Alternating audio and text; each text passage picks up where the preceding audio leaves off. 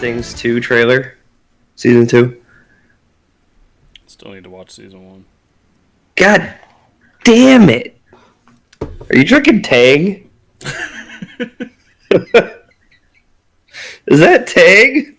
It's orange Gatorade. I was like, wow.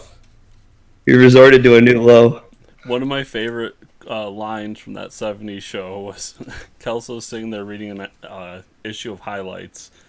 And he goes, man, chicks must really dig astronauts because it says here they get all the tang they want. Oh my god. And with that, welcome to episode 40 of Fortress of Comic News, where Batman is still not a metahuman. I'm Chris. I'm Mike. Yeah, it's very strange. That was to just drop that news on someone. How do you feel about that, Chris? Not good about it. I mean, he's not a metahuman. I'm sorry. Yeah, it was kind of like when they made Cap part of Hydra. That's like how the announcement, I think, felt for me. He's not. I just kind of ignored it. I'm just like, even Ben Affleck says it in that the first Justice League trailer. He goes, well, so what's your superpower? He goes, I'm rich.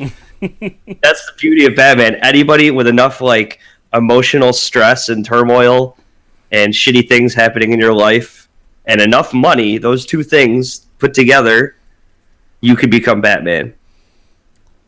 That is correct. I mean, what does this Amanda Waller character know anyways? Yeah. She's no one important. The hell does she know? She doesn't do her research.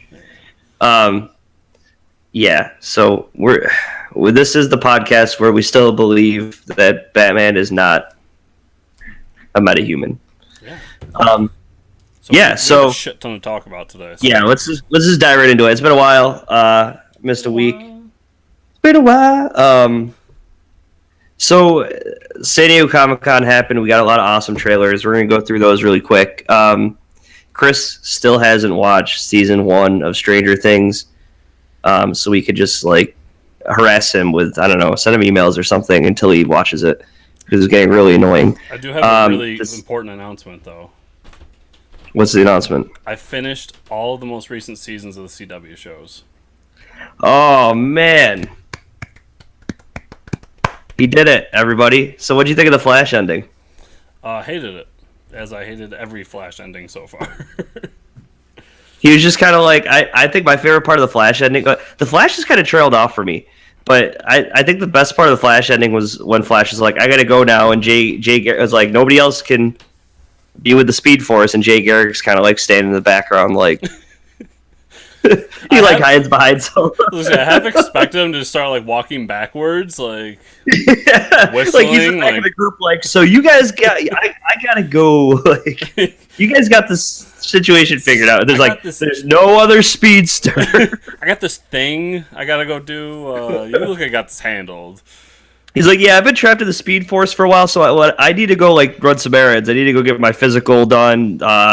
There's a few years of taxes that I missed, or I'm gonna be.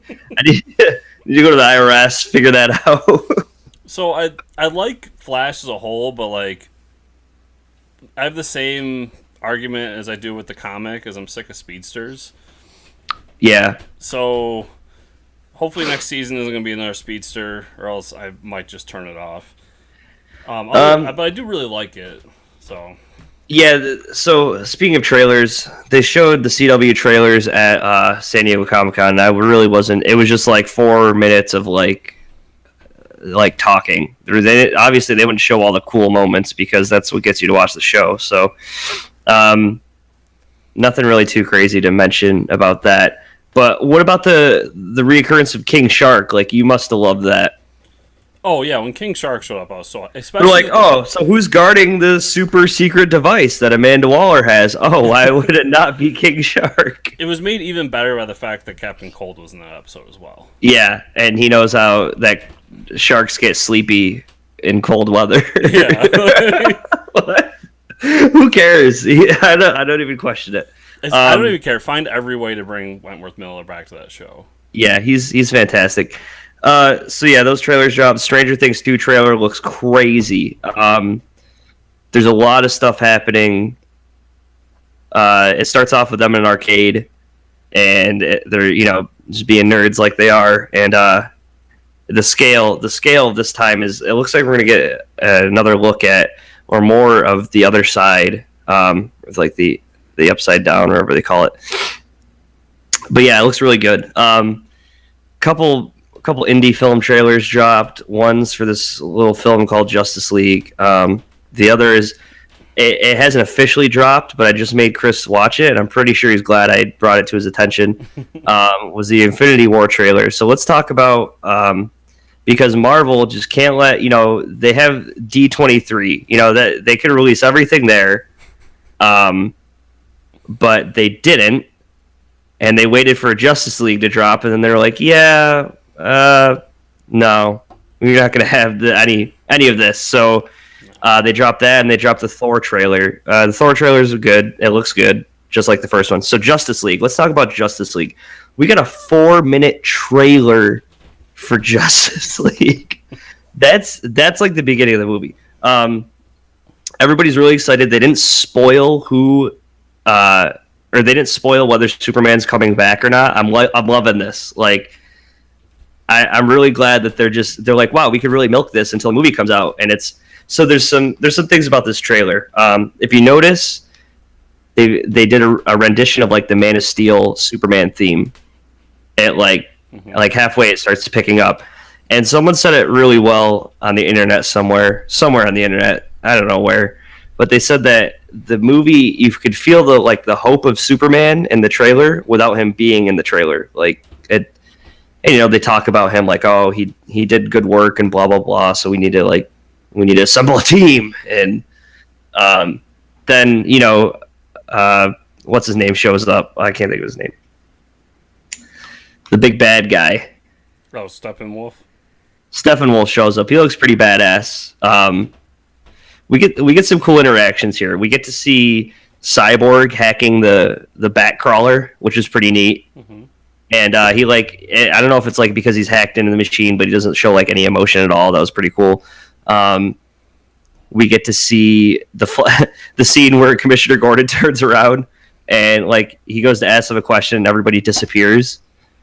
And the Flash doesn't. Yeah, he's like, "Oh, so that's a thing that they do. That's kind of rude." And then he like runs away. I'm starting to like his Flash more and more. Another huge thing in the trailer is Steppenwolf's voice is awesome. It's very menacing.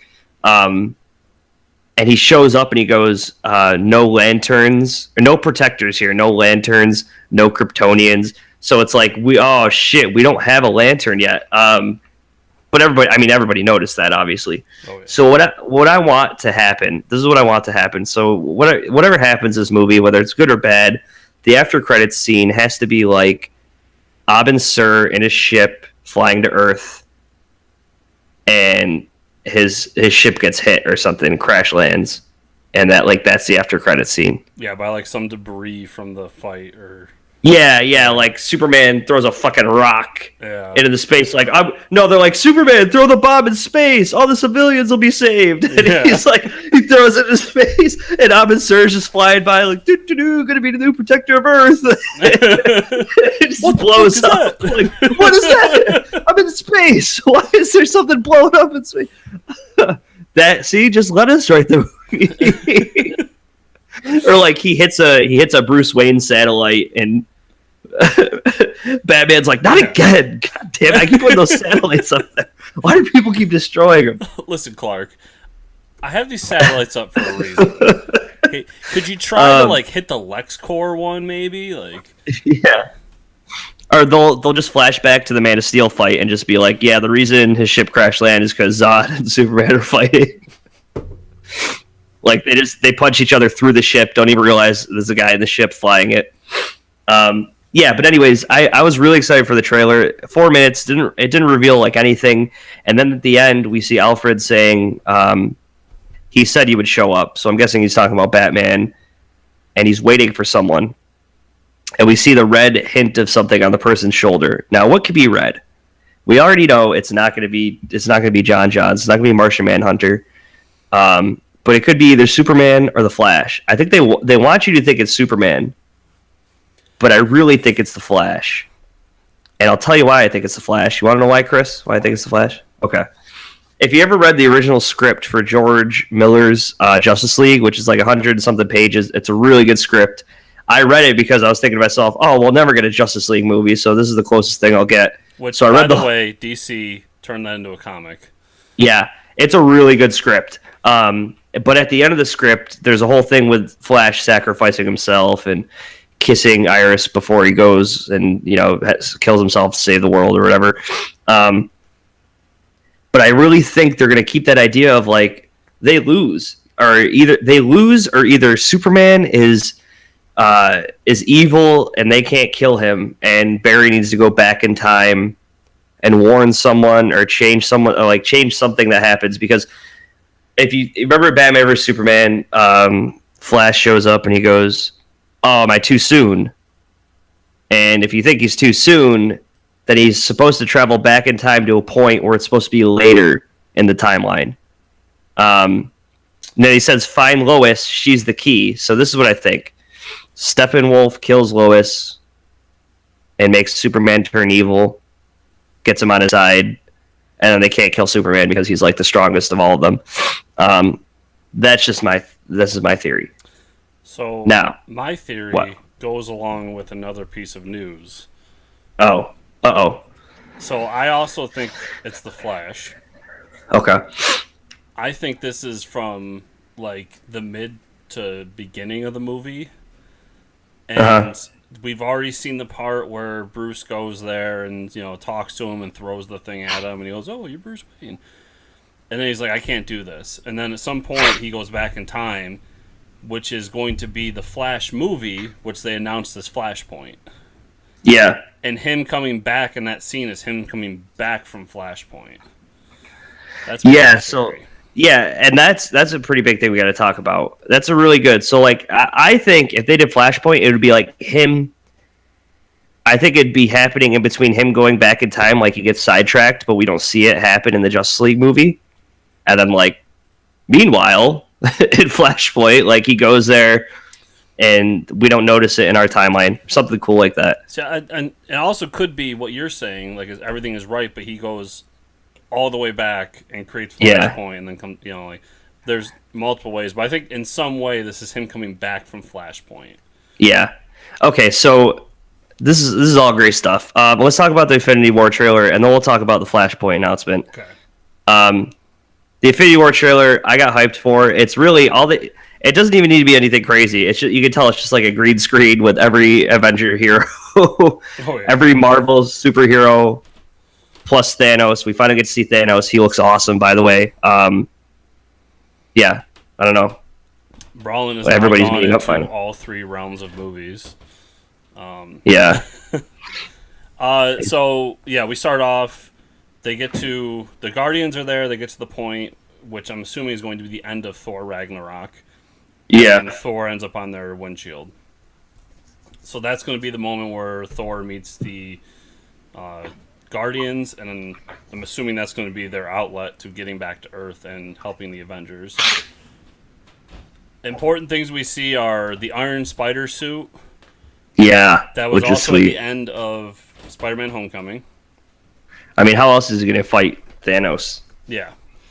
We see Thanos come from a portal, and it looks like he's on Earth. Yeah. And that's big, because Thanos doesn't come to Earth often. And also important, Thanos is in, like, casual Friday clothes. He's not in the Thanos uniform. Yeah, he's not in his battle armor, so what I'm thinking is someone pisses him off. Like, wakes him up out of bed, pisses him off.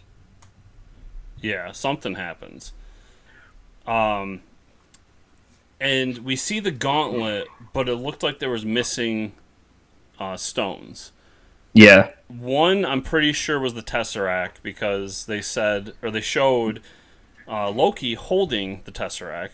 Yep. And then the other one's got to be the Mind Stone, which is what brings Vision to life. Okay, yeah. Yep. I'm pretty sure it's the Mind Stone that brought it. Doesn't Doctor Strange have one too, though? He does. Yeah, the eye. So maybe it's missing a few stones. So I don't know. I noticed some, but those two stood out to me. We but you do could be see right. Doctor Strange in the trailer, and he's like casting magic, which leads me to believe he still has the time gem. I think. Well, he can cast magic without the time gem. Oh no! Didn't he hang it back up at the end of the movie? Doesn't he hang it back up or something? Yeah, he only used Yeah, it he for puts the it back. last fight. Yeah, until Thanos comes, and he's like, "Oh shit! I better get this super OP magic amulet Yeah. that I'm gonna need for everything."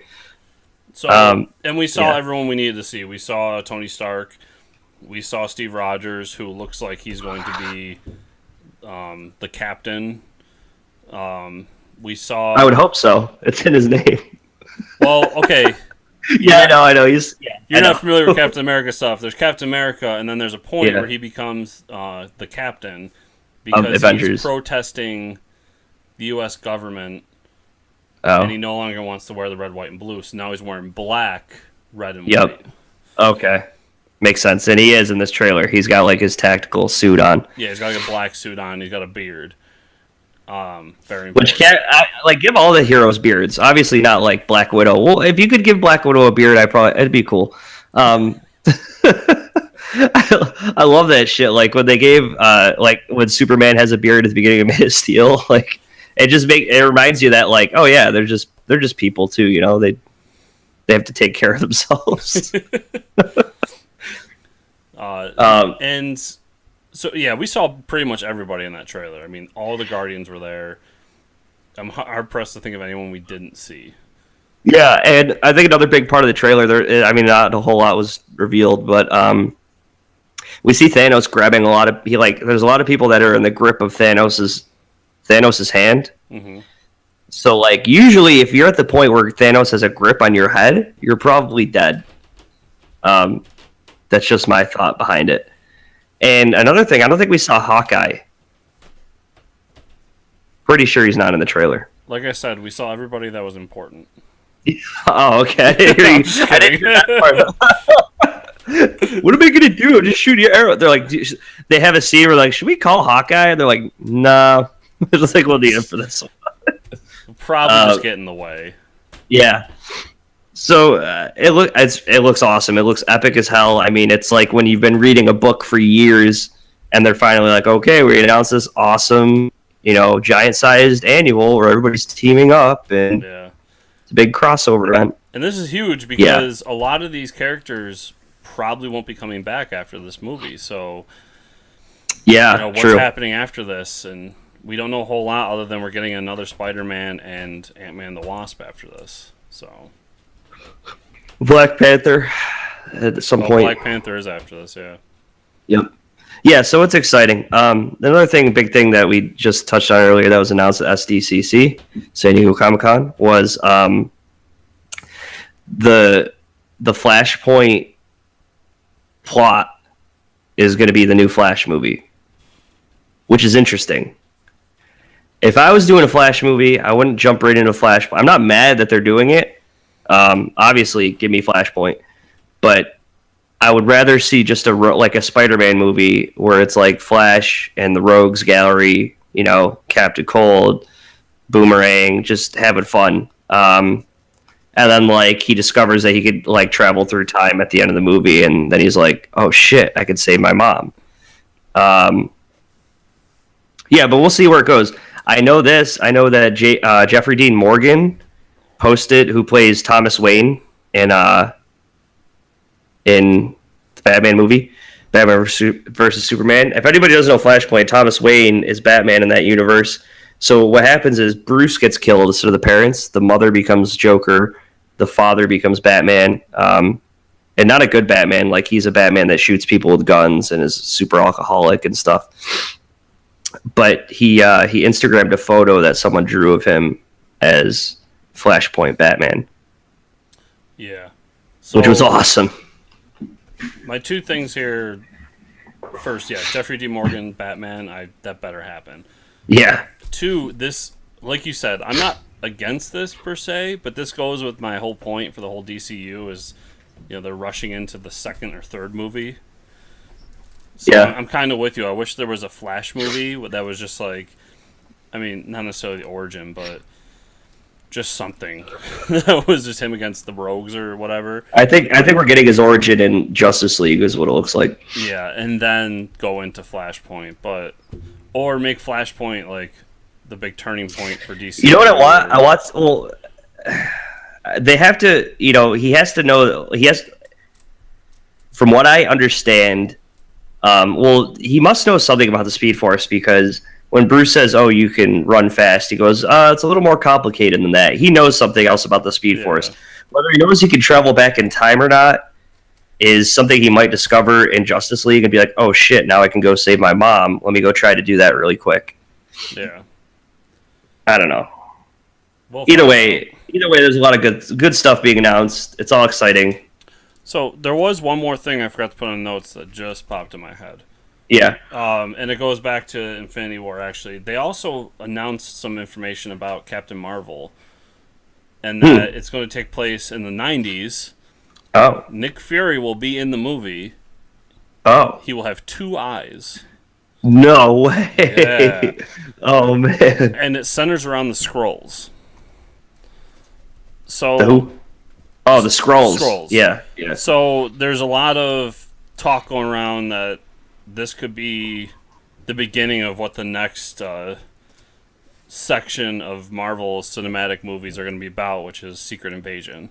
Which, if you don't know, Secret Invasion is where the Skrulls actually come in and take over the personalities of different heroes and then reveal themselves all at once and start a huge war. So certain heroes are Skrulls that were transformed, and it might sound to people like he's saying squirrels, but he's saying Skrulls, which is an alien race in the Marvel universe. It would be so much better if it was squirrels. I know. I kind of want to see. I want to see like the Avengers take out a group of squirrels. Yeah, Skrulls. So if it's taking place in the 90s, all I'm asking is just I want to see. I never thought in my lifetime that I would see a Tamagotchi on a big screen one more time before I died. So if a Tamagotchi shows up in the movie, they have all my money, and I want to see this movement happen where people start getting into Tamagotchis again. I don't know why. I just want to see it happen.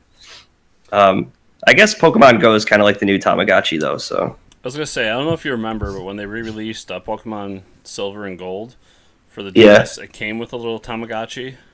it did. Because No you way. put your Pokemon into the Tamagotchi and like carry it around with you. Wow. I still have that Tamagotchi. Wow.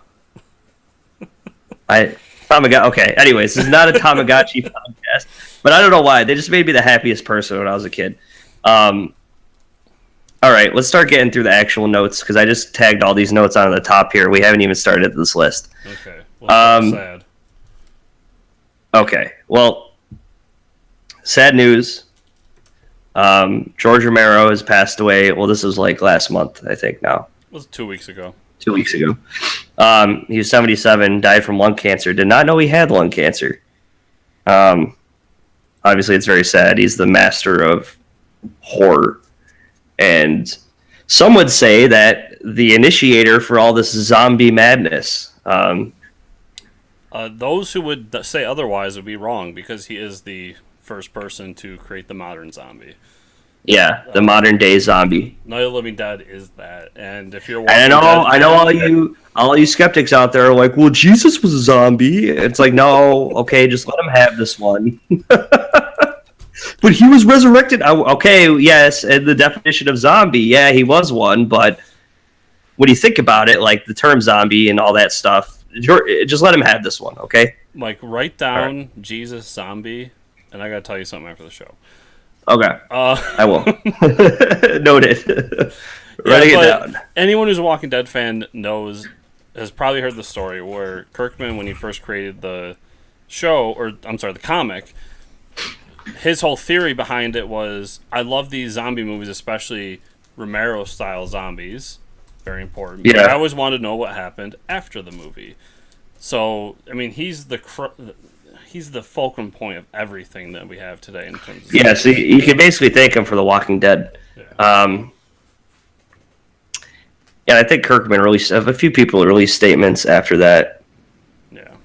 And he's done other stuff. He did Creep Show. He did The Crazies. He's done so many movies. But one more movie thing that's not on the list. I'm sorry, were you going to say something? No, go ahead. Wonder Woman 2 was officially announced now. And Shocker. Yeah, as they're still raking in over over $1 billion. But something interesting they said is going to take place in the 80s. Yes, Cold War era. Cold War, yes, comrade. That's a Cold War, right? Yeah. Yes. Okay, I got that one right. Which is interesting. So it's going to be like spies and it's going to be like a spy movie. Hell yes. So down. Like if they make Diana like James Bond, that's like Chris's two favorite things: James Bond and Pretty Women. Oh. That's your movie, dude. They know. He's like, damn it, he got me. No, there's an Ed Brubaker comic that's that exact plot. Is it? It's a female. Is Bond. it a Wonder Woman book? No. It's female Bond. Female Bond. Yeah, that's cool. So, like, instead of a womanizer, she just like uses guys. That's awesome. Pretty much. That's great. Yeah, so it comes at no surprise to anybody. Okay, so Chris saw Valerian and I saw Dunkirk. So we're gonna let him review Planet of the Apes. Yeah, we both saw Planet of the Apes. Okay, you can review Valerian. We'll let you do that. Okay. Initially, okay, what did you think? What would you give it out of 10? Valerian gets a 7 out of 10. Woo! All right. Really enjoyed it. The special effects are amazing. The story, to my knowledge, now to be fair, I haven't read all the Valerian comics yet, but to my knowledge, it doesn't follow any of the Valerian comics. It feels more to me like a continuation. Kind of like how Episode 4 of Star Wars, like it just came out and it kind of feels like a continuation of a story as opposed to the beginning of a story. The only like thing that bothered me was there's this whole like love story going on throughout it where Valerian keeps like proposing to Laureline, and it gets kind of awkward at times. And obviously this is Hollywood, so it all ends up going well. But that was my only kind of gripe with it, is that kind of dragged down the story in my opinion. I thought you could have cut that whole B story out and just gone with the movie as is. Any sci-fi fan should check it out, though. It's really a lot of fun. Just putting this all aside, me being objective and not seeing the movie yet, I don't know. Maybe, sci-fi movies aren't everybody's genre, so maybe to get more of a viewer base, they're like, maybe we should add the sub-story in there. We might not care about it because we're fucking in space. That's all I need to see. But I don't know. Obviously this movie draws comparisons to Star Wars because of the fact that Star Wars is, inspired by Valerian. But in terms of the film, I want to draw comparisons to Fifth Element, where Fifth Element had a really great kind of love story going on in the side. Yeah, you're right. Didn't really beat you over the head with it. Yep. And it didn't it just felt like none of the moments between Bruce Willis and is it Mila Djokovic? Yeah, Mia. Yep. None of those moments felt awkward or like they just slowed the story down. Whereas in this one, that's kind of what happened, at least in my opinion. But it's unfortunate. It'll be the only Valerian movie we'll get because it bombed in the box office. Yeah, I think it released the same time as Dunkirk, which is like, don't ever go up against a Christopher Nolan movie. Yeah. It's not a good idea. So that's unfortunate, but I do think it is enjoyable enough to check out if you have a chance. Okay, so I saw Dunkirk. I had to go to New York City for a few days last week. That's why I wasn't on the show. The perks of I would never live in New York City. God, I hate it there. But the perks of being in a big city like that is you have the chance to see movies on 70 millimeter film when they get shot like that. and I'm pretty sure they did Force Awakens with some 70 millimeter. Dunkirk was shot on 70 millimeter film, and there was the Regal Cinema right in Times Square was playing it. So when you go see 70 millimeter film, it's it's got the old, it's real film. It's got the old style. Everything's not like, it's not like 4K Ultra HD where it looks better than like if you look outside your own window. It doesn't have all these like added tones and really bright colors, but it was so. I'm so glad I saw Dunkirk. So Dunkirk gets like an 8 or a 9 out of 10. I should just give it a 10 because it was an amazing movie. Obviously, I'm a huge fan of Christopher Nolan. This is a war movie. It's a true story. I mean, the story of the battle is true with Dunkirk and the civilian ships coming and stuff. The cast was really good. Tom Hardy, Cillian Murphy. There's this young kid. I don't know his name. But so when you see it in 70 millimeter, it's wide format. It's really loud, and it has that old style feel to it, which was just perfect for this movie. This movie, from start to finish, it's only like an hour 30, hour 40 minutes long, but it is the most stressful movie you'll watch all year. And when you think about it, when you're watching the movie, you're like, wow, these guys have terrible luck. You're like, oh shit, they just tried to survive this instance. Now they're getting shot at in this instance. But it's really not bad luck. It's just war. Like, this is what happens when you're in war. Like, people are always trying to kill you. Like, you don't get a moment to breathe. And there's this really cool thing he does with the plot. You got to pay attention to the beginning of the movie because he sets up a timeline. He sets up like 1 day, 1 hour, 1 minute, and there's 3 separate timelines going on at the beginning of the movie, and they all kind of meet up at the end. But the whole point of the separate timelines is to make you disoriented, like the characters in the movie, because these characters are trying to get off this, this beach, and there's bombs and bullets and planes. Like every time they go to leave, another plane drops another fucking bomb, and they're so disoriented to this, and you are disoriented as well because like you're trying to like figure out what's going on as well as keep track of the separate timelines. And it's just like Christopher Nolan does it in this great way, and he's always been good at if you ever watch one of his first movies, Memento, he's really good at keeping everything in order for when at the end of the movie it all matches up. I was going to ask because it sounds great. A lot like Memento.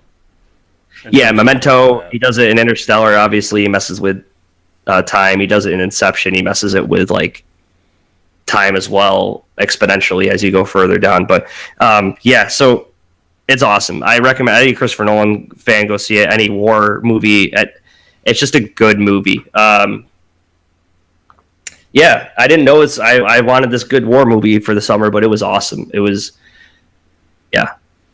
and 70 millimeter film. If you ever have a chance to experience that, go. Anybody, just go. Cool. All right. So you did a quick kind of review at the last episode of War of the Planet of the Apes, but then I saw it. Yeah, then you saw it. So let's hear. I mean, you're the bigger fan, so it was good for me. It was really good. I really enjoyed it. But for someone, you're a big fan of Planet of the Apes. Let's hear what you thought. What did you give it out of 10? 10. Really? 10 out of 10. Hands down. Yes. I'm so excited. Okay. This is my favorite movie of the year so far. Oh, I'm so happy for you. I fucking adore this movie. Just good things, okay. Everything about it. First, the CG is the best I've ever seen. I thought they were real apes. Yeah, Andy Serkis kills it. Yeah. The circus monkey, the bad ape. Yeah. He was so perfectly put into that movie where he was kind of like the comic relief. Yeah. In the best moments. I loved him. And then I love there's a whole like, and they don't shy away from it. This is basically the story of Moses. Oh yeah. All the apes, and the crucifixion. Yeah, all the apes get, put into the slave camp. Caesar is put up essentially on a cross. And then he frees them, and they have to go through, and instead of the Red Sea, there's an avalanche, and they all climb up the trees, and they make it to the Promised Land. Anyone that's been watching these Apes movies, the most recent ones, this is a must-see, because it clears up everything, it kind of closes off the whole story, And it's just some of the best cinema I've seen all year. And so there's one thing I didn't realize. If anyone has seen the movie, there's a scene where they line up all the soldiers, and all the soldiers start screaming at the top of their lungs. Mm-hmm. Now, two things happen in this scene. One, you realize they're no different, or even worse. They're no different, or even lesser than the apes themselves, because they're mocking them. But number two, he's having them scream because he wants to make sure that none of them are infected with the virus, because you can't speak when you have the virus. Yes. So I didn't realize that till after the movie. I was like, "Holy shit!" Like them screaming like buffoons was like it meant a lot more than just like, "Hey, we're trying to be apes right now." Yeah, and there's one scene in particular that really touched me, and I have to kind of go into a backstory to explain the scene, but there's that virus that's taking over humans that causes them to go speechless and basically turns them primitive, and that's what's going to kill off the human race essentially, what's left of them in this world. Yeah. And they find this little girl throughout their travels, and she is afflicted with this. And she has this little doll. Well, she gives it to Caesar at one point when he's in a cage. And then the general comes... Who's the actor that plays the general? Woody Harrelson. Woody Harrelson. Comes and gets the doll. And I didn't even think about it at the time. But he grabs the doll and he takes it with him. And then when they're about to leave, Caesar goes, is going to get his revenge on this guy because this is the guy that killed his family. And goes up there, and when he gets there, he can't talk. And he's just like desperate to do something. And he is so against this virus. He feels like this virus is going to be what destroys the human race, and he's right. Yeah. That he will kill anybody that is inflicted with it. So when Caesar puts the gun up to his head, he begs for him in his own way. He obviously can't talk. And Caesar realizes, like, the best punishment is for him to do it himself or let him live because now he's living his own nightmare. Yep. And then he walks away and you hear a gunshot. Obviously, Woody Harrelson kills himself. That moment was so good. Yeah. Like, that's one of those moments in movies that will stick with me for a long time. This is directed by Matthew Vaughn, who is going to be directing the Batman movie. Which made me infinitely more excited for Batman. Yeah, because there's obviously going to be apes in it. Yeah, I mean, this is what this means. Gorilla Grodd confirmed. Andy Serkis is Gorilla Grodd. Yeah. Oh my god, Andy Serkis is Gorilla Grodd. Holy shit! Someone email this guy. Not God. Grodd. He's too busy playing the Claw in Marvel. Yeah, he has the experience. Well, yeah, it was a great movie. It's probably up there, like that and Wonder Woman are probably the best. It's really hard. There's like this. I mean, I really was kind of disappointed with the Alien movie when I went and saw it like the beginning of the summer, and then all these movies have really set the bar, like Dunkirk, Wonder Woman, and when we do Planet of the Apes. When we do our end of the year like awards, it's going to be tough for movies. Yeah, it's going to be real tough, especially because they're all like different genres too. Like the superhero movie, then we have a war movie, and then we have a movie about. Well, I guess it's a war movie, but not. There wasn't a whole lot of action. It was more philosophical, and there wasn't a whole lot of talking in the movie. If you notice, there was a lot being said in the Ape movie, and without anyone actually talking. Yeah, they did the same thing they did in the last movie, where they spent like a good portion of time talking through subtitles and sign language, which was ballsy, to be honest. Yeah, yeah, exactly. All right, I think we're on to TV after that. So, only spent about an hour talking about movies today. No big deal. Yeah, trust me. Wait till we get to comics. Yeah. So let's go through Preacher really quick. Episodes 5 and 6 were awesome. The biggest thing we've taken from that is they added this new layer that it wasn't in the comics, where we find out Jesse's family is they're in the soul dealing business, I guess. Yeah. Which is it's different. It's not like the comics, but I didn't mind it. I thought it was pretty cool. It was very interesting, especially how that all ended up, where he found a dealer to get a soul for the Saint of Killers, Yeah. Couldn't find a match, and surprise, Jesse's a match. Jesse's the match. So in order to take care of the Saint of Killers, he takes a portion of his soul and gives it to the Saint of Killers. It was very... And then he sends him to hell. Yeah, very interesting.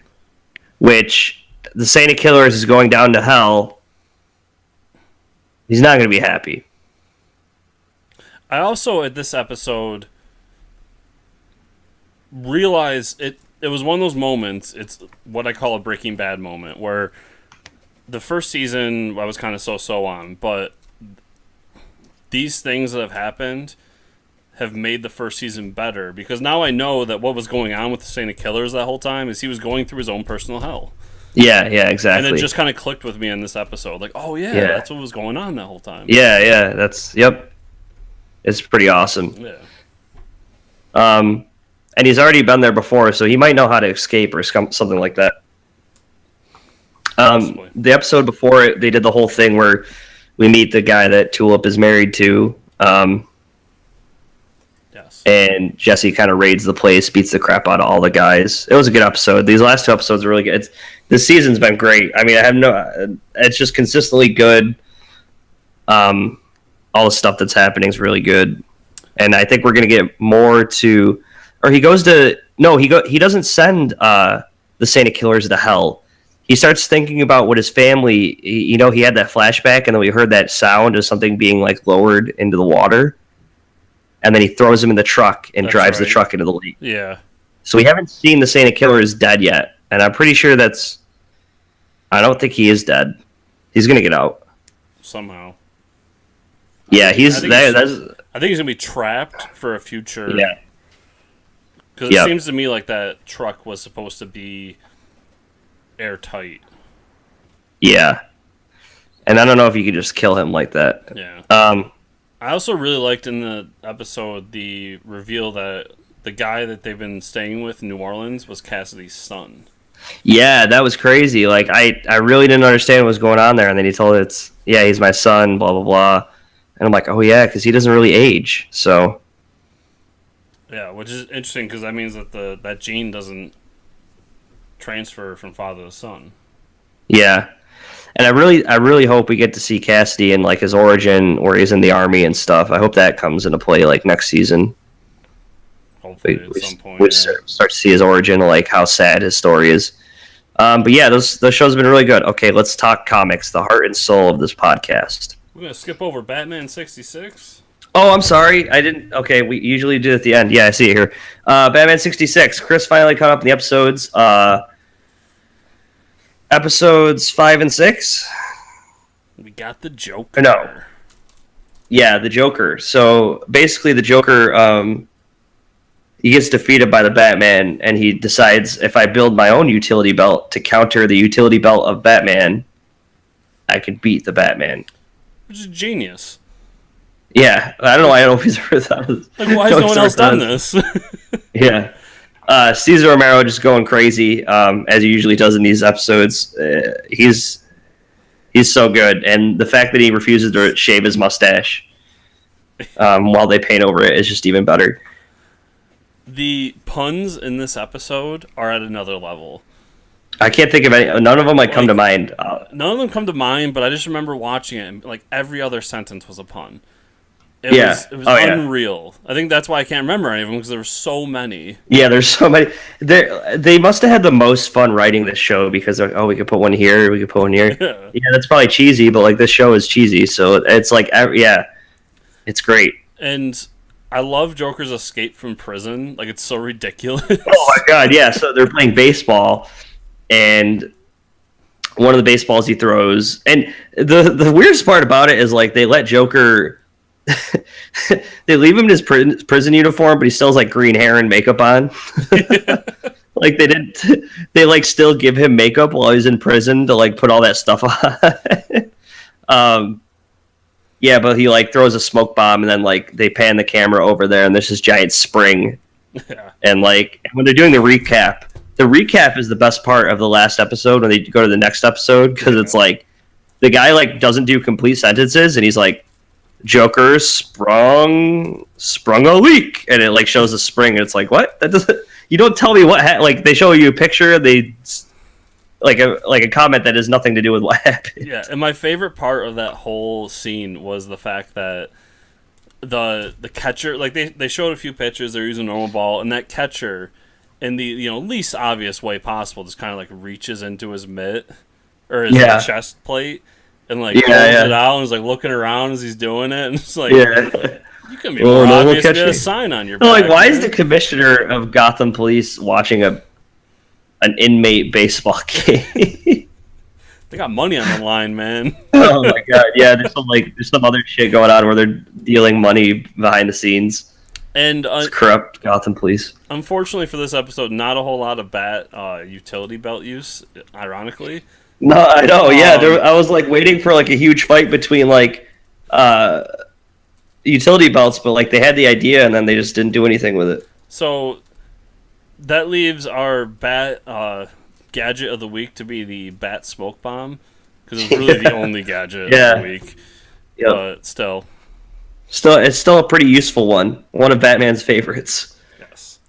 There was also the bat Alka-Seltzer pill that was pretty funny. Yeah. Yeah, it just doesn't stop. It just it's gonna get worse.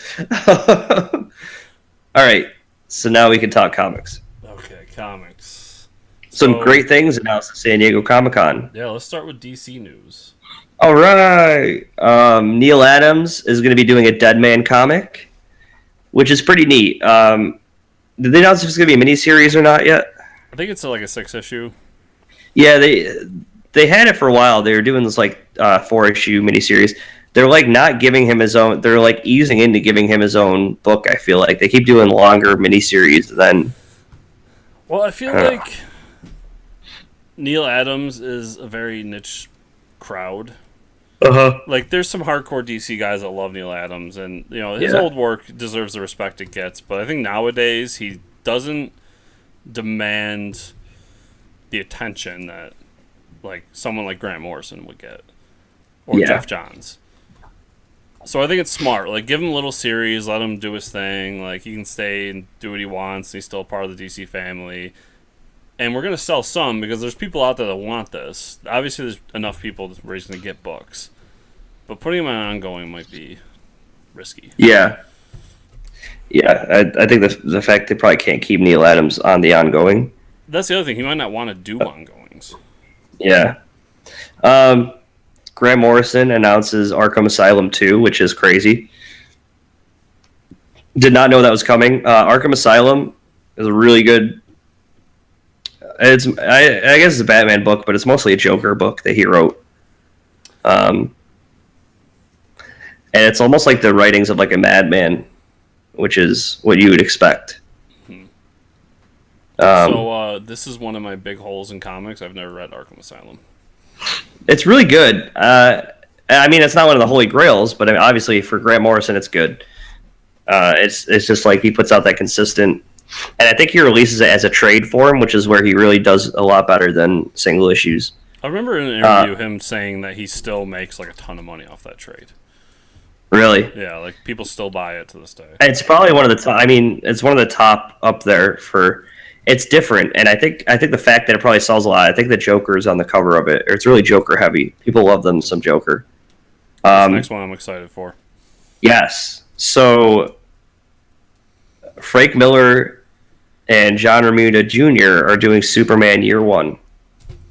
Yes. So in the vein of Batman Year One, but Superman. I'm excited. I'm excited that Frank Miller's not drawing it. I'm also. I hope he keeps the story good. I'm sure they have someone like kind of plotting with him, making like Azarella. Yeah, someone's got to be there for him. But yeah, that's exciting. Like Superman Year One, we never really officially got one of those. Yeah, and I like that. Well, first, I mean, I love Frank Miller, but I also love John Romita Jr. And this is actually, in my opinion, a match made in heaven because John Romita Jr.'s art can kind of mimic Frank Miller's style. Yeah, it's kind of like that, almost like that crayon filled in look. Yeah. So I think it's great. I can't wait for it. I will Oh definitely. yeah, I'll definitely be grabbing it. Which I'll be grabbing the Superman Year One. I'll be grabbing the Arkham Asylum too. Also, this is interesting because I mean a lot of Marvel fans are out there screaming for Fantastic Four stuff, and as I know right now, is there any Fantastic Four books out right now with Marvel? The closest we have is Marvel 2-in-1. Which is horrendous. There's so many Fantastic Four fans out there. Like that is their team. I've always And said so. To go back a little bit, when they did Secret Wars, at the end of Secret Wars, the Richards family went off in the multiverse and was going to take care of business. And Marvel said, like, well, we don't want to bring them back until we have a story to tell. And I remember I was screaming from the rooftops, like, there's a story, like, the Richards family going through the multiverse, like, that's the story. That's the story. Like, that is the story. That is the story everybody wants to, like, multiverse stories are what's in right now. Yeah, they're so hot right now. It doesn't have to be a Fantastic Four book. You could call it FF, because that's another line in the Fantastic Four line. And it's just, there's so many possibilities there. And I was really mad they never did anything with that. And yeah, so now, DC announces this. And I don't know if you want to go into it or not. Yeah, so it's weird because like it's a really cool announcement, and I'm probably going to be picking it up just because it's so obscure. But Jeff Lemire is going to be doing a whole line of dark matter books, they're calling them, which I don't really know the significance of that. I don't know if they're going to be all tying in with each other or something, or from what I was reading, it's the same as the Young Animals imprint. Like, it's still in the DC universe, but it's its own imprint. Okay. So, which, to me, when I hear dark matter, I'm thinking more science-y type books, which would make sense because Jeff Lemire did that really cool book, I think it was about, like, time travel or something, or space travel. So he has experience with that, and the Terrifics is basically, I don't know what four heroes they're doing, but it's almost a copy-paste of the Fantastic Four. Yeah, DC flat out said this is our version of Fantastic Four. Yeah, and it's like, hey, guys, you want Fantastic Four, you're not getting it over at Marvel. You should come over here. Is basically what they're saying. And the books are going to be $2.99, no variant covers. I might pick this up. Like, I'm kind of excited because it's almost like the Outsiders, Batman and the Outsiders is kind of what it is. I think Metamorpho is part of the group. Yeah. Well, but this is obviously spinning out of Metal. Yeah, because we did see a glimpse at the Outsiders in one of the Metal issues. So, yeah. As well as or no, I'm thinking of someone else. Plastic Man. Yep. Yes.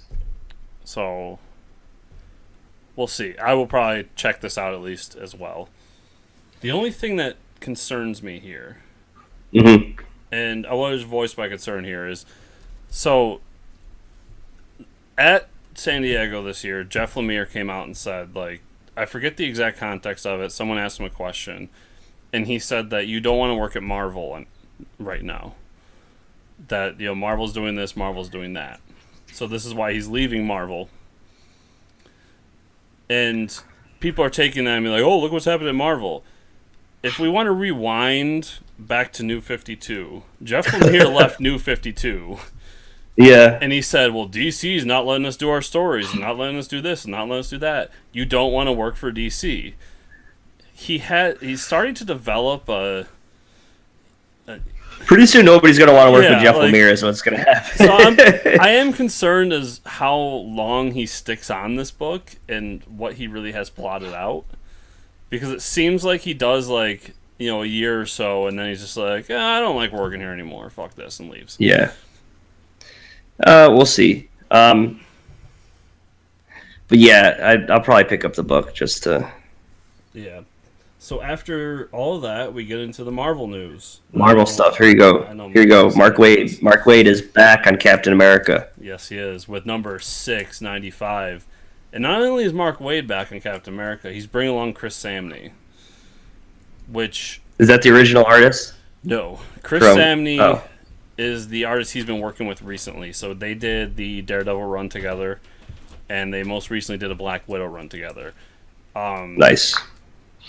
Check out the Daredevil run. It's one of my favorite runs in comics. Like Mark Waid and Chris Samney just Yeah, Mark Waid's Daredevil run, I've heard is fantastic. Yeah. So I am so excited for this.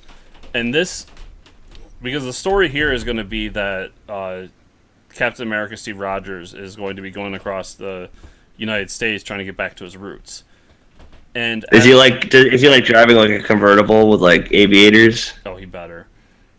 That's what I want. That's Steve Rogers, but my big thing here is, and we'll get into this when we talk about the comics we read, is with what happened in Secret Empire, I am now convinced that Secret Empire is Marvel's version of Flashpoint.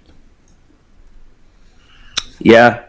I mean, you'll talk about it once we get there, so then you can explain it then. So, but, Mark Waid, Captain America, I'm in. Yeah. Donnie Cates. It's a good name. He's the guy that does Rednecks. Yes. I don't read Rednecks. You like it though, right? I do. It's a great book. An exclusive deal with Marvel. He has an exclusive deal with Marvel now, taking over Thanos and Doctor Strange. Are those two separate books that he's taking over? Yes. Wow. And Thanos is a Jeff Lemire book. Oh, of course. Big deal because Donnie Cates has become big recently, especially with Rednecks. Like, Rednecks is blown up. Yeah. So it's an Image book, right? Yes. And it's not only an Image book, it's a Skybound book. Oh, so that means it's got Robert Kirkman's seal of approval. That's correct. So, Wha-bam! Big exclusive signing for Marvel. And he's going to be taking over some stuff and doing some stuff with Marvel. I'm excited for that. I'm already reading Thanos, so I'll just keep reading it. Easy for you. The guys over at Comic Book Men are back on a book. Well, one is actually from Impractical Jokers, the other is from Comic Book Men. Yeah, Walter Flanagan. Colin Bunn. Brian Quinn. Announced Metro. I haven't heard anything about that book. So they announced it on their podcast, Tom, Steve, Dave, and Metro is going to be a comic series done in miniseries with an ongoing storyline. And it's going to be kind of a dark fantasy book taking place in New York City. Awesome. Looks good. I always like Walter Flanagan's art, and I like Colin Bunn as a writer. And from what I've heard about it, it's Brian Quinn's idea and his scripts, but Colin Bunn's kind of coming in and tightening them up a bit. So I'm in for at least the first issue. Frank Miller's busy in his old age, huh? Yeah. He's yeah. He's doing a 300 prequel comic. Which he probably saw the movie and was like, "This sucks." Yeah, like I'm pretty sure I fell asleep. I tried to watch that the new 300 movie. I tried to watch it like twice, and I fell asleep both times. I never even tried. And like Ava Green is in that movie, and she's one of my favorite actresses. I think she's great. She does that show Penny Dreadful. That show is awesome. And she was one of the Bond girls. She was in the Casino Royale. She's a really great part in that movie. But yeah, I just couldn't get into. So maybe Frank Miller's like, I could do that again. So all we're missing now, for what it seems to me, is, he still hasn't watched the Daredevil show because everyone told him it was fantastic. But he still refuses to watch it. I think next is like RoboCop. He's got to do a RoboCop book. I think he has a RoboCop book. No, he's got to go back to RoboCop. Oh, okay. yeah, he has done RoboCop. I think that was one of the first things he's ever done was RoboCop. Yeah. Only like the mentally insane could write a RoboCop book. when they tell you like, oh, you're on a new book, you're like, holy shit, what is it? They're like RoboCop. You're just like, oh, okay. So is he like Judge Dredd? Yeah, but not as cool. There's only one of them. He's half Robo, half cop. Wait a second. Are you anti RoboCop right now? No, I'm just saying there's not much you can do with RoboCop. I never read a RoboCop comic, but those movies are fucking amazing. Oh yeah, the movies are awesome. I'm just upset that like we never got RoboCop in real life. We got a really shitty Detroit, like on the brink of destruction, but we never got a RoboCop. They did put up a RoboCop statue. Is it real? Is it really there? I'm pretty sure they did. Yeah, I remember reading about it. It's probably vandalized by now because everything gets destroyed in Detroit. Yeah. So we knew people in the auto industry. Yeah. Exactly. Long story short, Frank Miller is he's still working apparently. A lot. Yeah, and it's like I guess I thought it was just him wanting to do things, but apparently people must be like asking him to do stuff. I was actually surprised we didn't get Dark Knight 4. Yeah. Man, I still don't think I've read the end of that. I'm still waiting for my my like bind edition to come in the mail. Archie comic or Sonic the Hedgehog leaves Archie Comics. Wait, hold on. This is all meant together. Sonic the Hedgehog leaves Archie Comics and is moving to IDW. That was all one sentence. These notes got really confusing for a second here. I was like, wait. Why is Sonic the Hedgehog on the Archie book? Like, what? I'm so confused. So, this is big news because Sonic the Hedgehog has been at Archie since the 90s. Yeah, it has. It's actually like a really big and popular book. So this means that they can't do the crossovers. For a while they're doing the crossovers with Mega Man, Sonic and Mega Man. Yeah, but Mega Man came to a halt. It's no longer being published. They finished the story. Really? Wow. I didn't know that. Or else it would be on my top 5 every week. I didn't know that. I didn't know they stopped completely. So yeah, so IDW is taking over, and it's actually kind of a big move because, like I said, it's a very popular book. I know a lot of comics people don't talk about it or read it, but a lot of non-comic people are really into the Sonic the Hedgehog books. I mean, it's their only way to get the Sonic that they miss. They don't. It's not like they do any more games with it or anything, you know. Soon enough, my friend. Soon enough. Soon enough. I think it's a bigger thing is like IDW is getting up there with like Image. IDW is close. You know? I was gonna do the numbers for this month or for last month in this episode because we've been doing that. Yeah. But since we're so far behind, I decided not to. But yeah, IDW is right there with. And like I think Boom is next. Like it used to be where like Image was like top tier for indies, and then everything else. But like IDW is getting pretty big. They've been doing a lot of good stuff between like ROM and I think what really helps them is the Rick and Morty book. I mean, you land Rick and Morty. Yeah. You get all those fans reading that book, and that's they have some great artists and great writers on that series. Speaking of Rick and Morty, it's on tonight. Yes. At 11:30 p.m., so I won't be watching it till tomorrow. Makes 2 of us. It's like, yeah, I was like, yeah, it's on tonight, and I'm like, oh, it's gonna be on at midnight. Yeah, I won't watch it till tomorrow afternoon. Yeah, so it might as well be on tomorrow.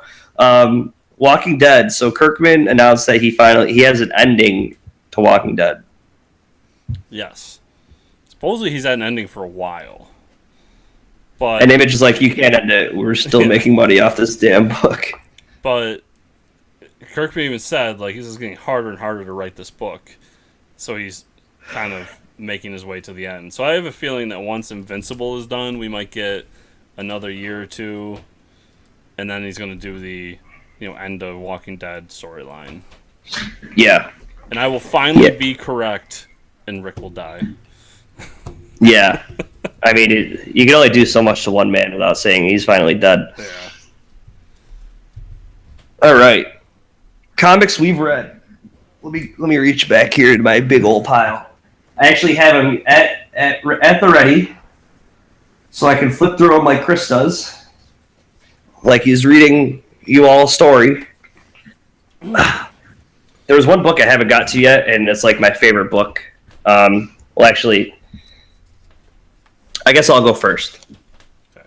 What we have here, we have a book made of gold. It's Batman 66 meets the Legion of Superheroes, and kind of like what Marvel's doing in Fantastic Four, DC is completely neglecting this group of heroes called the Legion of Superheroes, and I'm pretty sure it's because they're involved with the whole Batman thing, or not the whole Watchmen, storyline that's coming, Doom Clock or whatever. But this is an interesting take on the Legion of Superheroes because it's the 60s Batman universe, written by Lee Allred and drawn by Michael Allred, which I think they're all and colored by Laura Allred. This is the first book I've ever seen where all three people have the same. So that's I the think same Mike lineup and Laura for are. Bug the Forger.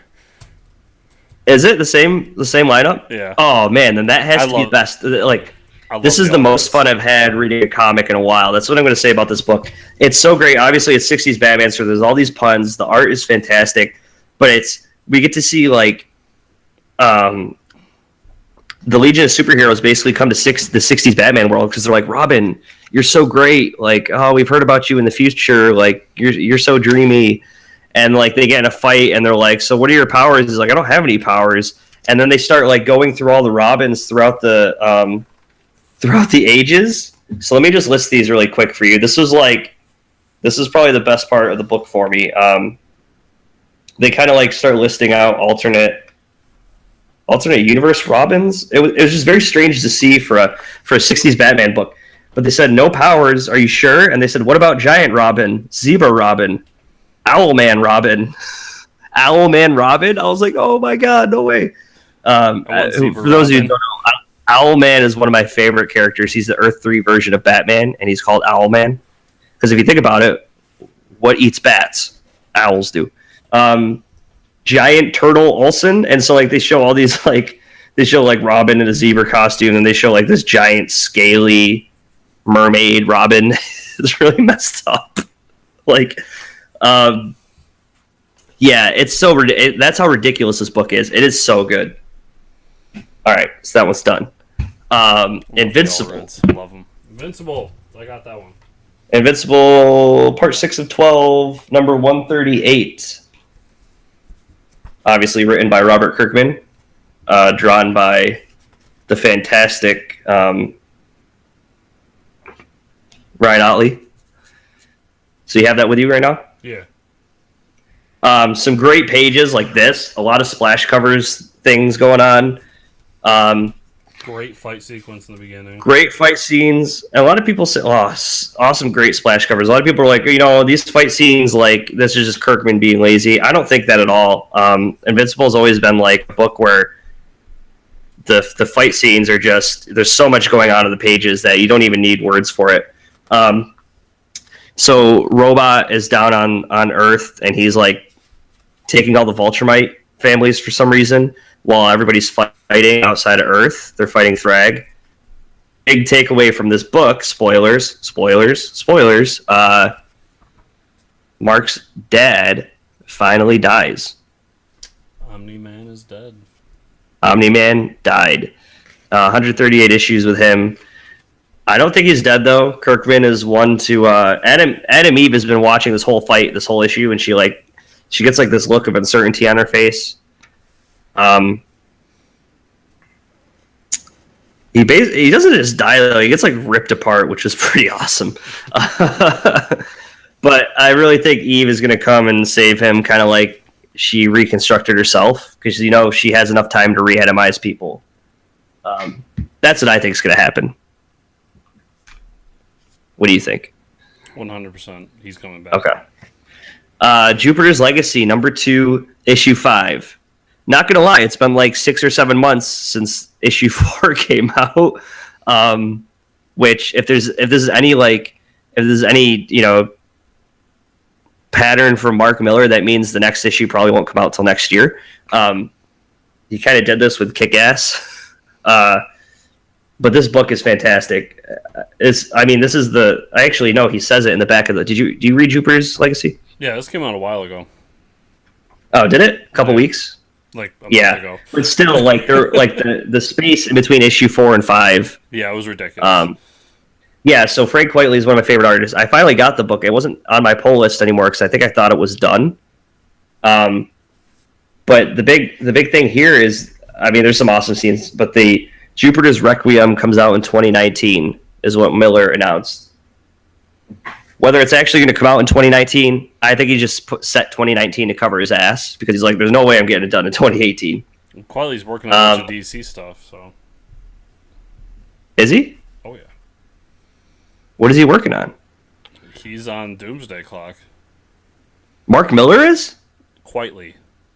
Oh, Quitely, I'm sorry. I thought, okay. Yeah, that's probably the reason Quitely can't draw it in time. I have Shirtless Bear Fighter #2. I haven't read it yet. This is my favorite book I haven't gotten to yet. Just check out the back there. There's a lot of ads for Shirtless Bear Fighter that are just bear ads, like bear-driven ads for like toilet paper and stuff. It's just an ongoing pun about bears. If you look deeply into what I read, you can almost get my the simpleness of my brain and like what I like. Saga #45. I haven't read yet. I know you probably read it. Yeah, I got it right here. What a great book, huh? Yeah, there's a lot of interesting stuff that happened here. Yeah, so where do we start? One of the powers that we find out Hazel's mom gets is she can like project what her child would have looked like if it was actually born, which is really messed up. Like that's some type of magic that you never want to have.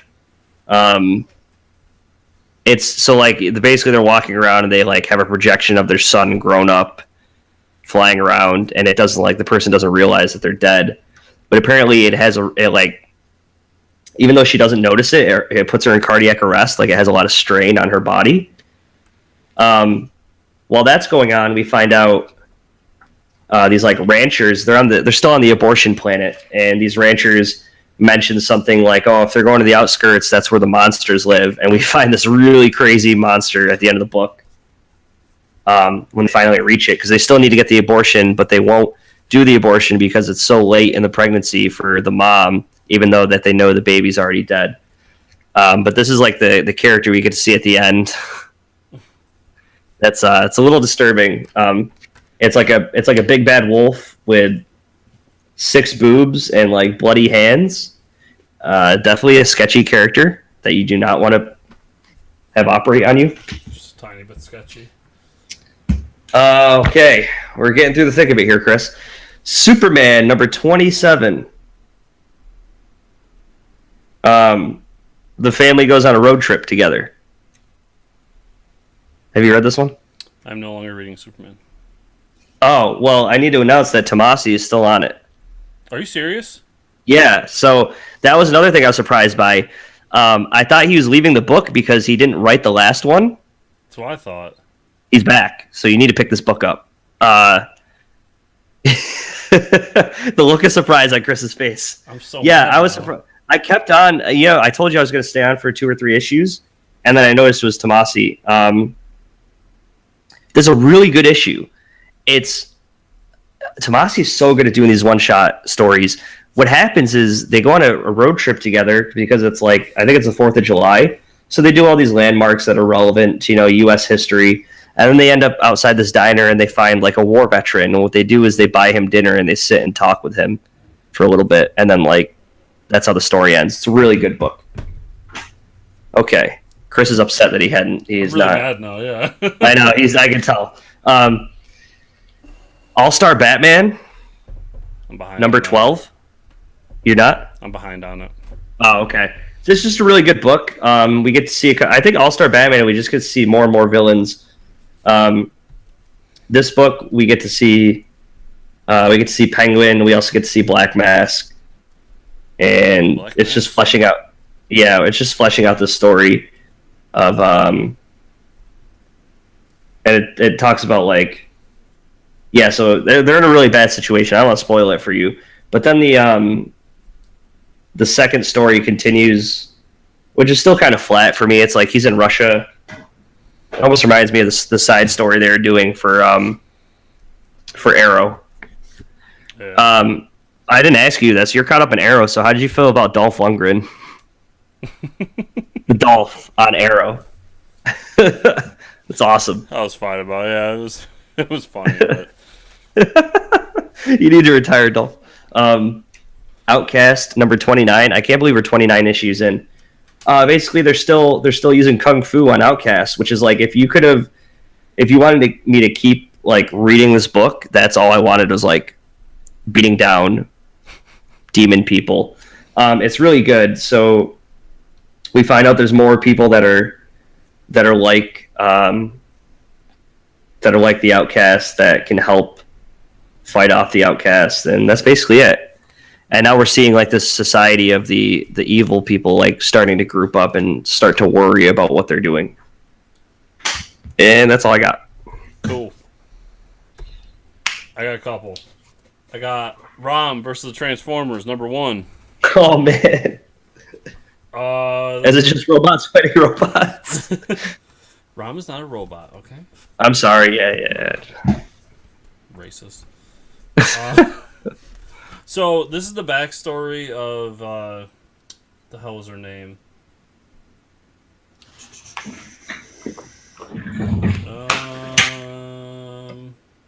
I don't know, some Cybertronian. So they find this Cybertronian in a wreckage, and they end up raising her as part of the Solstar Empire, and she becomes a space knight like Rom. But she's kind of haunted by the idea that the Transformers, they're kind of known as a warring faction across the universe because they're still in a consistent war for like millennia, and she fears that that's kind of ingrained into her, and doesn't know what to do about it. And there's kind of a fight over what they should do, whether it's keep her or get rid of her or whatever. And then the Decepticons show up. And they start a big battle. And they're fighting Rom and the other Space Knights, as well as this Cybertronian. And that's basically it. It's just them. They kind of the Decepticons. Space Knights and robots. Yeah, the Decepticons have teamed up with the Dire Race and are trying to help them destroy the Solstar Order and kill Rom and his fellow Space Knights. It's, as a Rom fan, it's straight porn. Like the art is fantastic. The backstory and kind of bringing in the Transformers to this universe is really cool. And I can't wait for the next issue. If you're a Rom fan or a Transformers fan, I think it's well worth checking out. And finally, we got Secret Empire 6 and 7. Oh boy. So, I talked earlier about how I think that this is now Marvel's Flashpoint. That comes to a head in issue 6.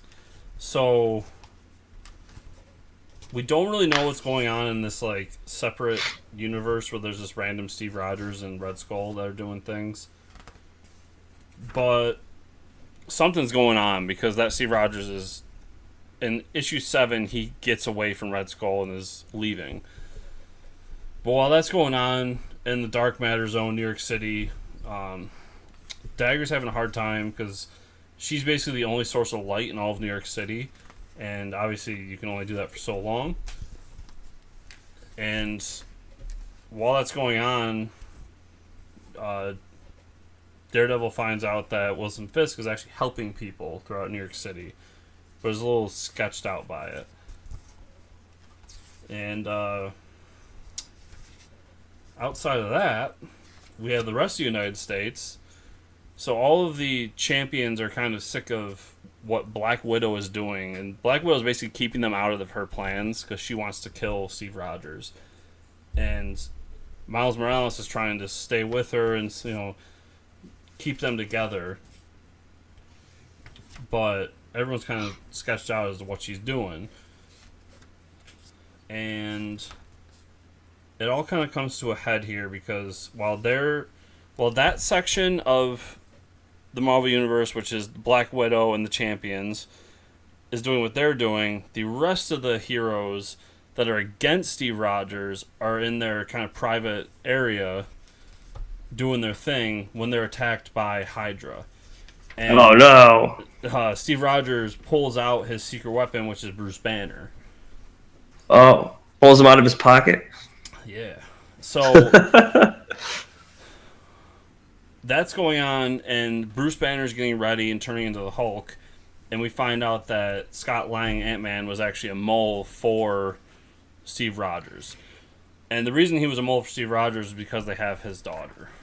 So they're kind of fighting over that, and then all of a sudden the Hulk appears. And the Avengers and Steve Rogers himself. It's a really good fight that ends in kind of Madam Hydra taking all of the Hydra people, including Steve, out of the area, and Hydra nuking the area. Nice. So that's why I feel like this is now Flashpoint, because I don't know who survived and who died in this whole thing, but there's a lot of people dead here, and that is if there's a nuke, that is now the second area that they have bombed to oblivion. And I don't see Steve coming back from this. You never know, though. Comic books. That's the only thing. I love this book. I think it's great. I think they're writing themselves into a corner. Yeah. So that all continues in issue 7, where we kind of figure out what's going on outside of the Earth, where the planetary force field has kind of kept some of the heroes out. And Captain Marvel realizes that she's responsible for all this. Like, Steve led her into this corner that forced her to do these things that eventually put him in power. And she's kind of trying to make amends for that by fighting the T'Chari outside of the force field. And then we go to Washington, D.C., where Steve Rogers is going to give a big speech about the rebuilding process in Washington, D.C. and across America. And while that's going on, we find out that Black Widow and all them are staging to kill Steve Rogers during this. So basically it's just them infiltrating. There's a good fight between Punisher and Black Widow. And there's a moment that goes back to Civil War II where Miles Morales wants to help out, but they won't let Miles help. They kind of lock him away during all this because it was foreseen that Miles would kill Steve Rogers, which they don't want because they don't think the kid can handle it. So he's locked away. They go through their whole thing, and it forces Steve to retreat. He then goes to Sharon Carter and has a moment of weakness where he's just like, I don't know. It wasn't supposed to be this way. This isn't what I wanted. And I need your help. And she shuts him out and basically tells him to go, kick sand. And that's when he's just like, you know what, fuck this. Puts her in a cell and then tells his people that we're going to declare war. Against who, I don't know, but they're declaring war. And is this the moment I'm thinking of? And basically Black Widow ends up sacrificing herself, and we see that the Falcon has come back, and he is Captain America again. Sam Wilson is Captain America again. So he's going to do something. Things are happening. There's a lot of shit going on in these books. We forgot to talk about the Thor trailer. Have you seen the new Thor trailer? I did. There's that big flame villain guy that I don't even know his name. And the Hulk can talk now, apparently. I didn't know that was a thing. Yeah, if you ever... Well, I would recommend reading Planet Hulk. It's a great book. And yeah, in that Hulk can talk. There's Oh, a I didn't know whole that. different planet story that makes sense of it, but yeah, he can talk. I've heard Planet Hulk's really good, so I'll have to check it out. There's different versions of Hulk where he's super dumb and super smart, and they're never consistent in Hulk. All right. I think we got through it. We did it. I'm tired. We did it. All right. Same. Thank you, everyone, for listening. You can find me at Ricker621 on the Instagrams. That's where I am. That's where I'll be. And you can find me on Twitter at Fortress Chris and on Instagram at Fortress News Chris. Find the show on FortressComicNews.com, on YouTube, iTunes, all these places. It's a lot of fun. Hey, Rate, and you can give us some likes when you're downloading the podcast. Just take a minute. You could just review us, whether it's bad or good. Just give us something. I would prefer if it was good, but just shout a hey at us or a how you doing, and then 5 stars. Yeah, do that. Yeah. All right. Thanks, everybody. See ya. See ya.